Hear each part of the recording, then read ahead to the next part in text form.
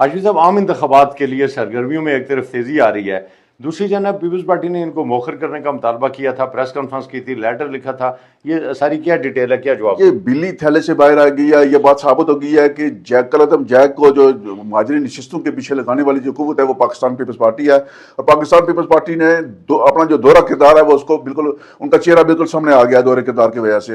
एक तरफ वो APC में और मुतालबा करते हैं, अपने हाथों से जैक पर पाबंदी भी लगाते हैं, अपने हाथों से इमरजेंसी की तरफ जाते हैं, अपने हाथों से जो है ना इलेक्शन शेड्यूल का ऐलान करवाते हैं। और फिर अब ये मुतालबा कर रहे हैं जी कि अब माजरी नशिस्तों का फैसला होने तक इलेक्शन मुअख्खर किए जाएं। और इलेक्शन कमीशन ने इस पर दो टोक मौका अख्तियार करते हुए वाज़ेह कर दिया है कि आज़ाद कश्मीर कानून असम्बली के इंतखाब जो 27 जुलाई को होने हैं वो अपने शेड्यूल के मुताबिक होंगे।